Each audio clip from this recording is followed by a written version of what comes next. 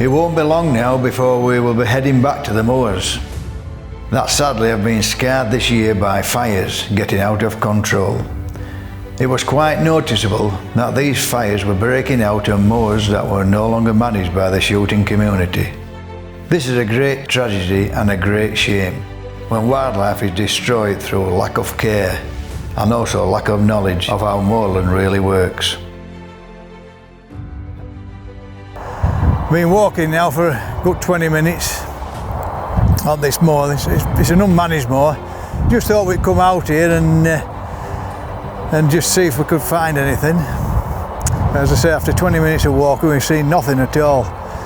Most of it's been taken over by the grasses and everything, so which wouldn't encourage grouse. A sad state of affairs, especially when the managed grouse moors get that much stick off the anties. At least when they go on a managed grouse moor, there's stuff there, there's things nesting, everything's thriving. Anyway, thank you very much to the moor managers and all the keepers, everybody that's involved in managing these moors. Keep it up, doing an absolutely sterling job. Anyway, here is a compendium of clips that we have put together that shows the moor in perfect harmony with the shooting community. In return for a well-managed moor where all wildlife thrives, the shooting folk and moor managers harvest the surplus where there is surplus to harvest, but also protect healthy breeding stock when there is no surplus available.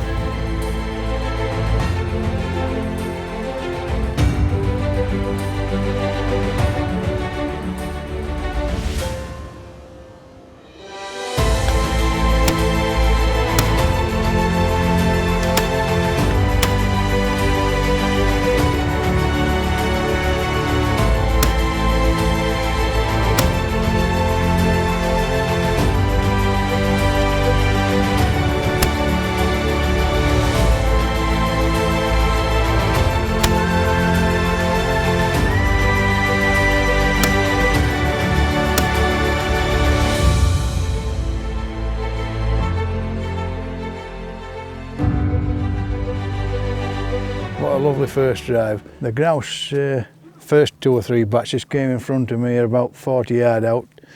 I got 2 brace there and then sporadically got them all the way around my zone really, but really hard, fast flying grouse. Didn't get them all, but shot some nice ones.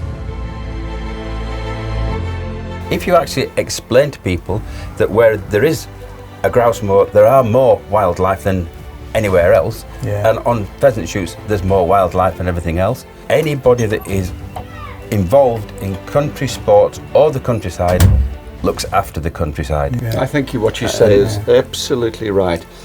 I remember when I was younger, I was an anti, and I saw things at very face value at the surface until I understood everything is a system.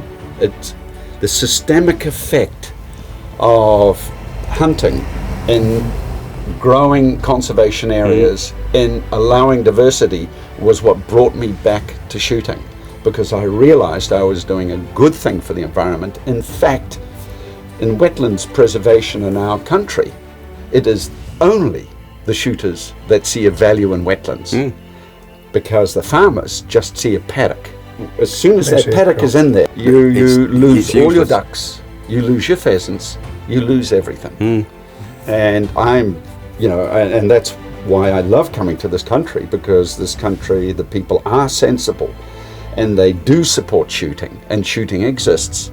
And as a result of that, all summer I've got areas, beautiful areas to walk, I've got game to see, and the wonderful thing I know is that the rodents are being controlled, it's all managed, and it works wonderfully.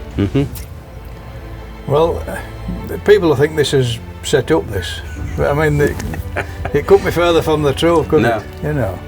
I haven't seen my buddy here for 2 years. And he's just actually put everything into perspective in 2 minutes. We're just driving up the tracks to the moor now. I'll be shooting the new Grouse Extreme, is what Game Board have kindly provided. On the front row on my cartridge bag I've put some of these new prototypes. What I've seen on the pattern plate, they look absolutely bang on.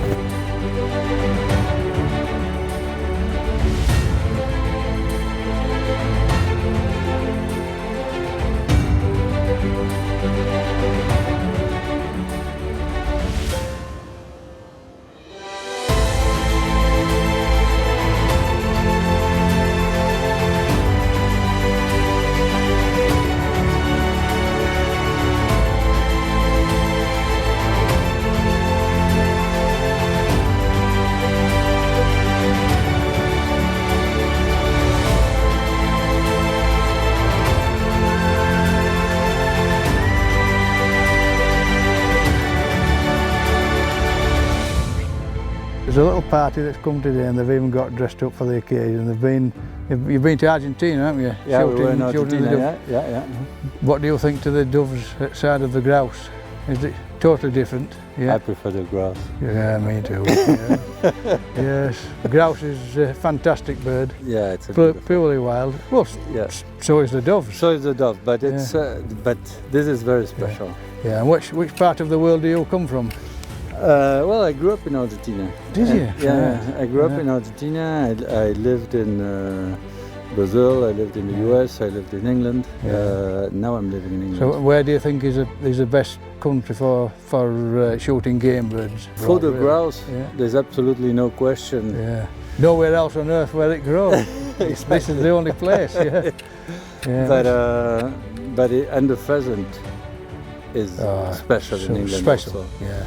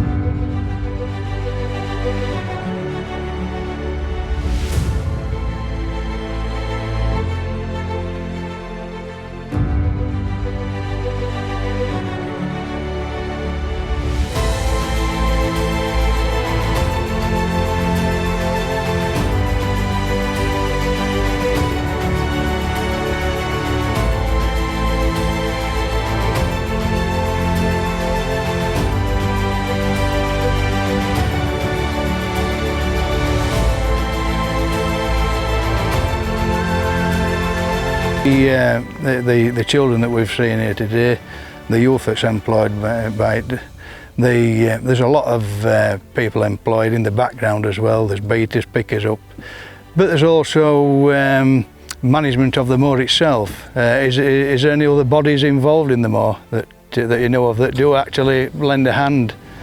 No, we just get a lot of people up, a lot of local people come up at different times of year, so helping out with butting and gritting and things and like they're that. lending their time free of charge, of course, or doing it for a bit of pocket money. Yeah. It's one thing about, as I say, the country sports. It encourages more and more people to get involved and keep fit. One thing I've noticed, some of these young lads, yeah, they're very fit. They're very fit, you know, and some of the old boys are keeping fit. They're not visiting hospitals, you know, because they are so fit. And this is a healthy style, healthy kind of life that we should be encouraging. You know, we shouldn't be vilifying it all the time, listening to idiots on the TV telling our children what they should do and what they shouldn't do. Let's have more people involved in getting out in the wilderness, and this is what should be going off daily. We should encourage it, not discourage it. Anyway, thank you for a lovely day, and I'll try my best to do justice to those grouse tomorrow.